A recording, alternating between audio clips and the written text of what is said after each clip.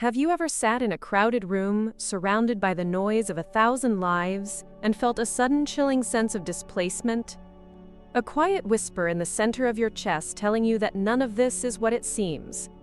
We spend our lives building monuments to our own existence. We collect possessions and titles. We cultivate relationships and chase legacy. Yet, in the quietest hours of the night, there remains a gnawing hunger. A sense that despite everything we have achieved, something fundamental is missing. We search for this missing piece in the arms of others, or in the balance of a bank account, or in the temporary high of a new experience. But the hunger never truly leaves. This is because the hole in our hearts is not a lack of worldly things. It is the memory of a home we think we have lost. It is the lingering echo of a perfect oneness that we traded for the frantic chaos of individuality. We believe we are bodies.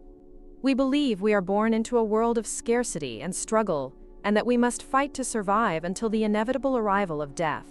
We see ourselves as victims of circumstance or biology or luck.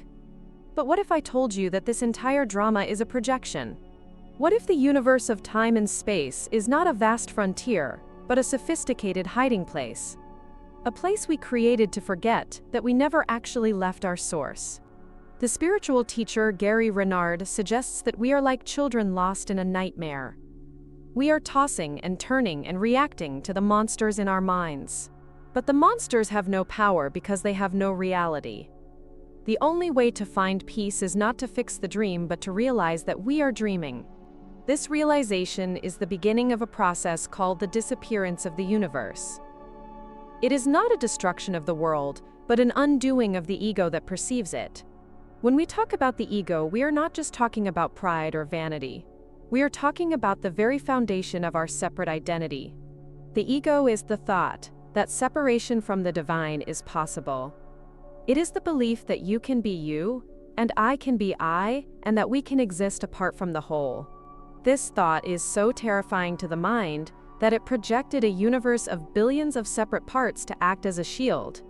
If there are billions of bodies and endless stars and a massive expanse of time, then surely the separation must be real. We look at the world and say, "See, I am here and you are there, and God is nowhere to be found."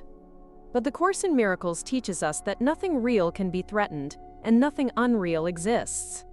If God is perfect oneness and perfect love, then anything that is not oneness and anything that is not love cannot be true. The world of form is a world of change and decay and death, therefore it cannot be of God. It is a substitute for the reality we think we threw away. To understand why we are here, we have to look at the mechanics of the mind. Imagine a single mind that in a moment of madness wondered what it would be like to be separate, to have its own thoughts and its own will. This tiny mad idea was the origin of the ego. But the moment the mind entertained the idea of separation, it was struck by an overwhelming sense of guilt. It felt as though it had destroyed heaven itself. It felt as though it had attacked the Creator to gain its own independence. This guilt was so immense, so crushing, that the mind could not look at it directly. It needed a way to escape. It needed a place to hide the guilt and forget the crime. So it used the power of projection. It took the internal guilt and threw it outward, creating a massive explosion of form and matter. This is the metaphysical explanation for the Big Bang. The universe is literally made of repressed guilt. Every star, every planet, every cell in your body is a fragment of that original thought of separation. By projecting the guilt into a world of bodies, the mind could now say, "I am not the one who is guilty. It is that person who attacked me. It is that disease that is killing me. It is that government that is oppressing me." Projection makes perception. We see a world of victims and perpetrators because we are desperately trying to avoid looking at the guilt within our own minds. This is why we are so addicted to judgment. Every time we judge another person, we are reinforcing our own separate identity. We are saying, "I am better or worse or different from you." This keeps the ego alive. It keeps the dream going. But the irony is that the separation never actually happened. You are still at home in God, dreaming of exile. You are like a person sleeping in a safe, warm bed, dreaming that they are being chased through a dark forest. No matter how real the chase feels, the dreamer is perfectly safe. The goal of our spiritual journey is not to become better people or to find success in the world. It is to recognize the safety of our true home. This requires a complete retraining of the mind. It requires us to look at the world and see it not as a reality to be managed, but as a classroom to be used.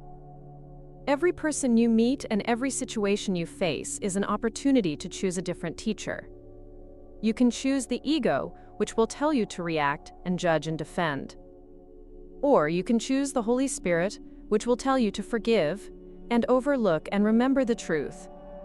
In this world, we are taught a very specific kind of forgiveness. We are told that someone did something wrong to us, they attacked us or betrayed us, and that we should be the bigger person and forgive them. This is what the Course calls forgiveness to destroy. It makes the error real. It says, you did this terrible thing to me, and although I am much holier than you, I will let it go. This kind of forgiveness actually reinforces the ego, because it keeps the idea of separation intact. It says there is a victim and there is a perpetrator, and they are separate from each other. True forgiveness, as taught by Gary Renard and the Course in Miracles, is completely different. It is the recognition that what you thought your brother did to you never happened. This does not mean that you deny the actions on the level of the world. If someone steals your car, they stole your car. But on the level of the mind, you realize that the person is not a body. They are a divine spirit playing a part in your dream. They are a projection of your own unconscious guilt. By forgiving them for what they did not really do, you are actually forgiving yourself. You are saying, I am not a victim and you are not a sinner. We are both innocent spirits still as God created us. This is the miracle. It is a shift in perception from the physical to the spiritual. It is the choice to see innocence where the ego sees guilt. When you practice this kind of forgiveness, you are undoing the ego a little bit at a time. You are removing the blocks to the awareness of love's presence. Every time you refuse to make a grievance real, you are reclaiming a piece of your own mind. You are telling the ego that its world of separation has no power over you. This is why the miracle worker's chief aim is to save time. It could take thousands of lifetimes to learn these lessons through trial and error. But through the application of true forgiveness, you can collapse time. You can skip over the unnecessary suffering and move directly toward awakening. The more you forgive, the more you experience a sense of inner peace that is independent of worldly circumstances. You start to feel good for no reason at all. Not because things are going your way, but because you are remembering who you really are.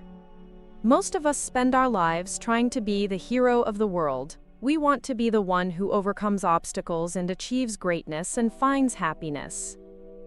But the Course tells us that we should strive to be the hero of the dream.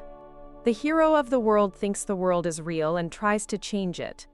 The hero of the dream knows the dream is a dream and seeks only to change their mind.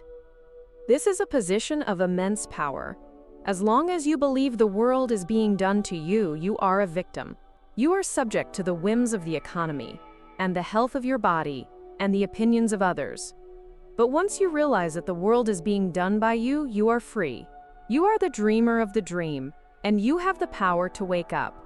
This does not mean that you become passive or stop caring about the world.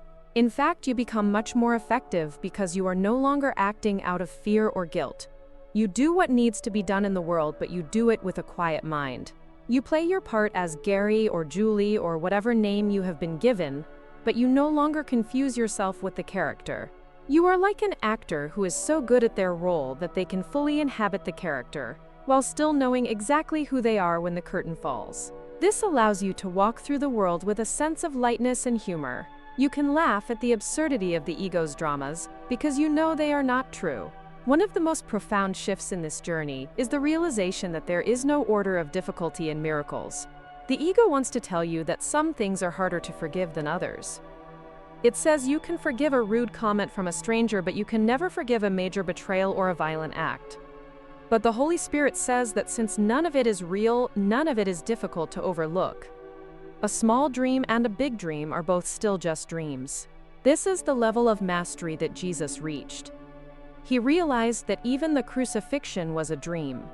And because there was no guilt in his mind, he could not suffer. He showed us that the world has no power over a mind that is fully aligned with the truth. We are all destined to reach this same level of awareness. We are all his equals in spirit, and the only thing that separates us is time. We often think of spiritual awakening as a destination we are traveling toward. We think we have to meditate for 40 years, or live in a cave, or read 1,000 books.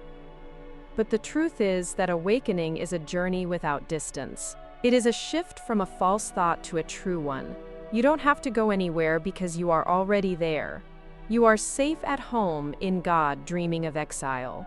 The moment you fully accept this truth, the dream ends, and the universe of separation disappears. This is not a frightening thing, but the most joyous experience imaginable. It is described as a state of perfect oneness where there is no past and no future and no lack. It is a state of powerful intensity and infinite love that never ends. Until that moment comes, we are called to be in the world, but not of it. We are called to use our time here to practice the only thing that matters: forgiveness. Every day, we are presented with 1,000 opportunities to forgive. Every person who irritates you, every headline that scares you, every pain in your body, is a chance to say, "This is not real, and I am not a body." As you make this your habit, you will notice that the world starts to look different. You will start to see the face of Christ in everyone you meet. You will see their total innocence and their shared desire for home. You will realize that we are all the same mind trying to wake up from the same nightmare. Gary Renard's message is a reminder that we are not alone in this process. The Holy Spirit is whispering to us in the dream, telling us that everything is going to be okay. We are being guided and protected and loved every step of the way. We don't have to worry about what to say or what to do because the one who sent us will direct us. Our only job is to be truly helpful by remembering the truth for ourselves and for everyone we see. As we heal our own minds, we heal the world. And as the world is healed, it fades away, leaving only the radiant light of God's love. This is the end of the story, and it is a very happy ending indeed. You are not a body, you are free.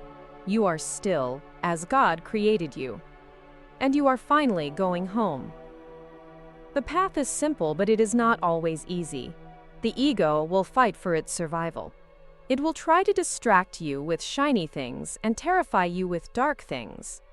It will tell you that you are making a mistake and that you should go back to the world you know. But once you have tasted the peace of God, there is no going back. You have seen through the veil, and you know that the world is a stage. You can continue to play your part, but you will never again believe that the play is real. You are the light of the world, and your forgiveness is the way you let that light shine. So take heart, my friend. The journey is almost over, the dream is ending, and the dawn is breaking. Open your eyes and see the world as it truly is. A place where nothing happened and everyone is innocent and God is all there is.